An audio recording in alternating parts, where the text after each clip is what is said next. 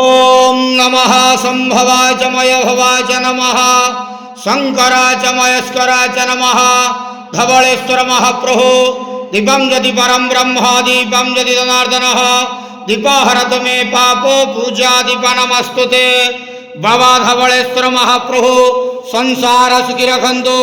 आज शुभ शुक्रवार रे समस्त श्रद्धालु भक्त मानक आशीर्वाद करंतु समस्त श्रद्धालु भक्त मानकर मनस्कामना पूर्ण करंतु कर्म क्षेत्र उन्नति करंतु ग्रहरिष्ट खंडन करंतु जगतर मंगल करंतु विश्वर कल्याण करंतु आपणकर नाम प्रकाश करंतु सेवकर डाक श्रवण करंतु समस्त गुआवसा भक्त मानकर मनस्कामना पूर्ण करंतु महाप्रभु धवलेश्वराय नमो नमः संसार सुखी रखंतु नंदे गवार हरि बोलो आज शुभ शुक्रवार रे समस्त श्रद्धालु भक्त मानक आशीर्वाद करंतु नंदे गवार हरि।